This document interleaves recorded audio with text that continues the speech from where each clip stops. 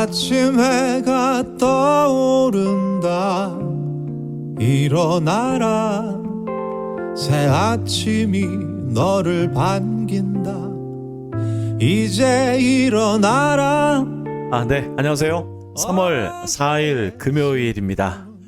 네, 3월에 이제 또 첫 번째 주간, 네, 마지막 금요일이 이제 또 다가왔네요. 참 진짜 이 금요일은 우리들에게 소중한 날입니다. 금요 심야 기도회, 또 금요 철야. 예전에 또 금요일에는 또 뭐가 있었을까요? 외국에서는 뭐 TGIF를 해서 Thank you God in Friday. 금요일은 여러 가지로 영적인 날이긴 합니다. 한 주간 어떻게 지내셨나요? 여러분 오늘 이 금요일을 주님과 함께 영적으로 회복하고 한 주간을 다시 새롭게 시작하는 준비하는 그러한 시간이 되었으면 좋겠습니다. 오늘 주어진 말씀 함께 보도록 할게요. 네, 오늘 주어진 말씀은 계속해서 레위기 4장 1절부터 21절. 자, 3월 1일서부터 진행된 레위기가 이제 1, 2, 3, 4 네 번째 장으로 들어왔잖아요. 한 장씩 이제 본문을 주었고, 이 지금 그 레위기에서는 우리가 잘 알고 있듯이 제사에 대한 규례가 진행되고 있죠. 자, 제가 이제 4번이라고 붙여놨잖아요. 제사에는 5대 제사가 있죠. 5대 1번. 첫 번째 제사는 무슨 제사인가요? 1장에 나와 있었잖아요. 번제. 두 번째는 무슨 제사였죠? 소제. 세 번째는 화목제. 오늘 네 번째가 이제 속죄제가 되고요. 속죄제. 다섯 번째, 나중에 보시면 아시겠지만 속건제라고 있습니다. 속건제. 이게 이제 5대 제사예요. 그럼 이런 생각을 해보게 됩니다. 왜 5대 제사 뭐 이런 거 왜 붙여놨을까? 쉽게 생각하면 될 것 같아요. 어렵지 않으니까요. 제사의 종류가 예배로 표현해도 될 것 같습니다. 예배의 종류가 5가지의 대표적인 예배가 있다는 거죠. 여기서 한 가지 생각해봐요. 여러분, 우리는 예배 드릴 때 5가지의 이렇게 종류로 구분해서 예배 드리나요? 대체로 그냥 예배는 예배죠. 자, 그러니까 그렇다면 우리가 좀 예배가 그냥 예배는 예배. 자칫 우리의 예배가 다양성이 떨어지는 예배가 될 수도 있어요. 그러면 뭐 어떻게 다양하게 드리냐? 이벤트냐? 그게 아니라 우리가 예배 드리는 그때가 어때요? 그때 다르죠. 어떤 의미냐면 우리가 예배 드리는 그때 곳이 지난주 여러분 예배 드릴 때와 내일 모레 예배 드릴 때 우린 다릅니다. 왜요? 어떤 환경이 달라졌을 수도 있고요. 어떤 또 문제가 생길 수도 있고요. 아니면 기쁜 일이 있을 수도 있잖아요. 그리고 뭐 그런 아무 일도 없는 그냥 평범한 때일 수도 있습니다. 자, 그렇기 때문에 종류를 따져보게 되면 되게 다양한 형태의 우리의 상황이 예측이 되죠. 자, 그렇다면 그 상황에 따른 예배가 목적에 맞춰서 예배가 드려지는 게 원래 아주 본질적인 예배가 될 수 있다는 거예요. 근데 우리는 지금 대체적인 예배는 예배이는데 어떻게 보면 레위기가 어렵다, 뭐 힘들다 이런 거를 넘어서서 그거는 당시에는 그러지 않았을 거예요. 핵심은 나에게 맞는 예배. 내가 지금 어떤 상황이냐에 따라서 그 목적 있는 예배가 매번 드려졌다라고 하는 것은 예배가 굉장히 다양하고도 구체적이다라는 것을 우리가 생각해 볼 수가 있다는 거죠. 제가 이제 서두에 이렇게 말씀드린 이유는 그러니까 이런 그 레위기와 같은 이 말씀을 그냥 이렇게 뭐 이게 뭐였고 그런 걸 암기하듯이 또 율법적으로 이렇게 접근할 게 아니라 여기에는 아주 우리를 향한 그 하나님의 의도가 담겨 있기 때문에 그 의도를 중심으로 해서 이 말씀을 살펴보게 되면 사실은 레위기가 이렇게 어려운 말씀은 아니에요. 네. 자, 그런 걸 염두에 두면서 오늘은 무슨 네 번째 속죄제입니다. 자, 여러분 잠깐 정리를 해보면요. 보세요. 번제는 뭐였죠? 번제라는 것은 이제 태워서 드리는 예배다. 그래서 이 번제와 이 속죄제가 좀 비슷한 맥락 속에서 연결되고 있는데요. 이제 소나 양, 염소 뭐 이런 것을 드리는 거잖아요. 이제 소나 양 중심으로 이 번제, 태워서 드리는 예배. 전체 맥락을 보게 되면 조금 요 표현을 다르게 해보면 이거는 희생제라고 표현할 수 있어요. 이건 제가 붙인 제목인데요. 희생제. 네, 그래서 어디가 연결되죠? 예수 그리스도. 예수 그리스도의 희생 제물로 인한, 그러니까 이게 대표적인 예배가 바로 이 번제입니다. 우리도 평상시에 드린 예배, 대표적인 예배가 바로 여기에 해당이 될 것 같아요. 두 번째는 이제 곡식으로 드린 예배였잖아요. 예, 갈아 드리는 예배. 표현하면 열매를 갈아서 드리는 예배잖아요. 그러니까 이거는 우리의 삶의 열매, 성취, 성공, 삶을 드린 예배죠. 갈아 드린 예배, 삶을 드린 예배. 예, 우리 그럴 수 있잖아요, 여러분. 우리가 지난주에 저희 졸업식이 있었어요. 그러면 졸업식이 있었어요. 그럼 졸업식 예배는 어떤 예배의 형태가 될까요? 소제가 될 수 있을 거예요. 우리의 열매를 올려드리니까. 네. 그러면 그 열매를 올려드릴 때 우리는 어떻습니까? 하나님께 영광 돌려드리죠. 그런 의미로 소제는 하나님께 영광 돌려드리는 삶의 예배다. 이렇게 표현할 수 있을 것 같아요. 삶의 예배. 자, 화목제는 무슨 예배일까요? 이거는 공동체적인 예배죠. 네. 화목한, 그러니까 수평적 예배예요. 공동체적 예배입니다. 일주일에 한 번 주일날 드리는 대체적으로 모든 예배들이 이 또 화목제의 형식을 띠고 있는 거예요. 아니, 내용을 띠고 있는 거예요.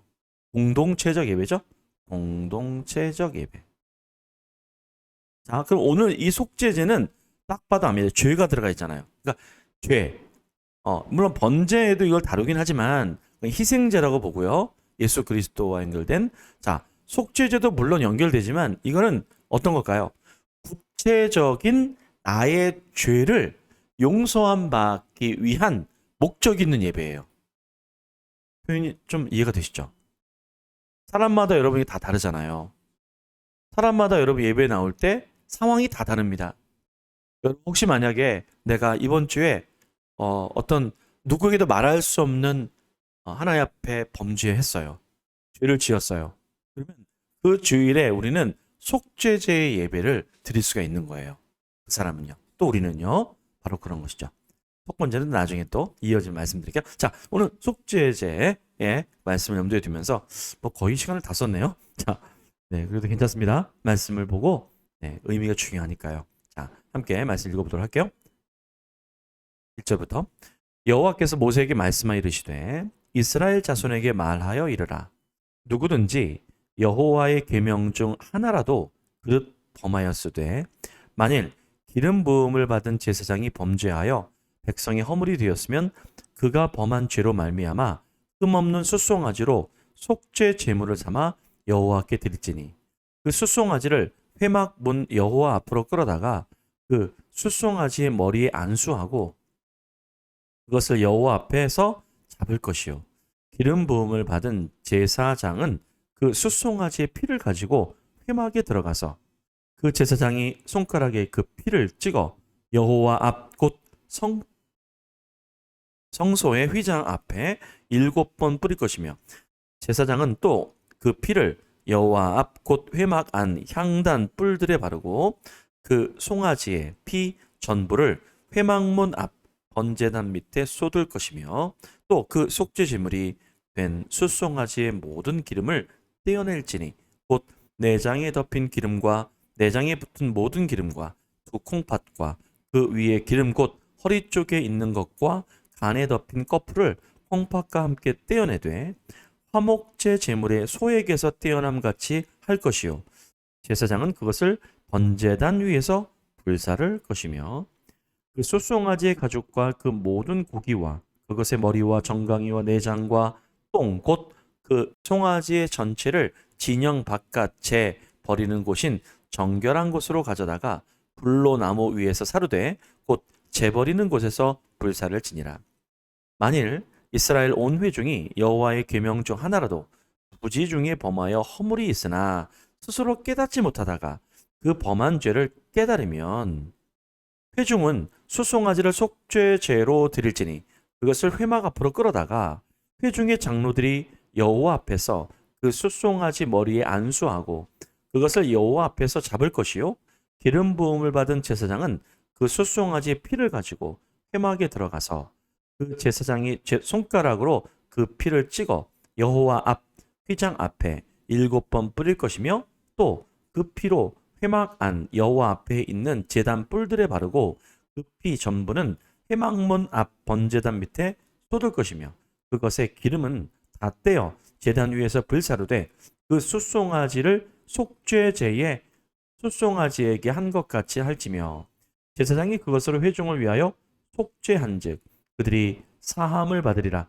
그는 그 숫송아지를 진영 밖으로 가져다가 첫 번 숫송아지를 사름같이 불사를 지니 이는 회중의 속죄제니라.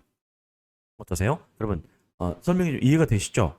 네, 뭐 여기 구체적인 어떤 다른 뭐 디테일한 그런 뭐 규례나 이런 부분들이 눈에 들어온다기보다는 첫 번째는 이제 불의가 제사장의 속죄제와 전체 회중의 속죄제를 구분지어서 하지만 전체는 이제 죄를 지었을 때 그냥 넘어가지 않고 그것을 어떻게 해요? 예배 가운데서 제사 가운데서 씻기움 받는 해결함 받는 바로 이것이 이 속죄제, 속죄 예배에 관련된 바로 하나님이 마련해 두신 예배죠.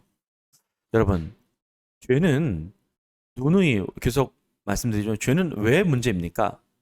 죄는 바로 우리의 영이 그렇죠? 우리의 영이 결국 제대로 역할을 하지 못하도록 그렇게 영을 죽이는 게 죄입니다. 물론 혼과 육으로 범죄를 하지만 영향을 받는 건 영이에요. 우리의 영이 그렇게 죽게 되면 결국 어떻게 됩니까? 영원한 생명을 누릴 수가 없게 되는 거죠. 그러니까 어둠의 영들은 끊임없이 죄를 통해서 우리의 영을 망가뜨리려고 합니다. 자, 그렇기 때문에 우리는 하나님께서 우리를 그냥 두실 수가 없어요. 그래서 예수 그리스도를 통해서 이 엄청난 복잡한 이 제사의 규례를 단 한 번의 희생 제사로 언제죠? 희생 제사의 바로 그러한 방식으로 우리를 깨끗게 하신 거예요. 자, 그렇기 때문에 우리는 그 희생제를 통해서 우리의 죄를 하나하나 낱낱이 해결함 받을 수가 있는 거예요. 이미 우리는 다 그렇게 해결함 받았어요. 그러나 속죄제가 왜 지금의 의미가 있는 것이죠? 우리 예배 가운데 우리가 하나님께서 다 예수 그리스도를 통해서 그 모든 죄가 다 용서함 되었지만 그러나 이 죄가 우리가 이 땅 가운데 있을 때는 우리의 육신과 혼이 남아 있잖아요. 계속해서 영에게 영향을 미친다는 거예요. 예. 그러니까 우리는 단 한 번의 구원으로 용서함 받았지만 그러나 육과 혼이 그 부분에 있어서 계속해서 우리에게 영향을 미치고 있기 때문에 이 땅에서는 우리가 예배를 통해서 속죄제와 같은 예배를 통해서 다시금 정결케 되는 회복케 되는 그러한 과정이 꼭 필요하다는 것입니다. 이해가 되시나요? 이해가 되시는데 또 물어볼 필요 없죠? 네. 그래서 우리의 예배가 소중합니다. 여러분 죄를 그냥 넘어가서는 안 됩니다.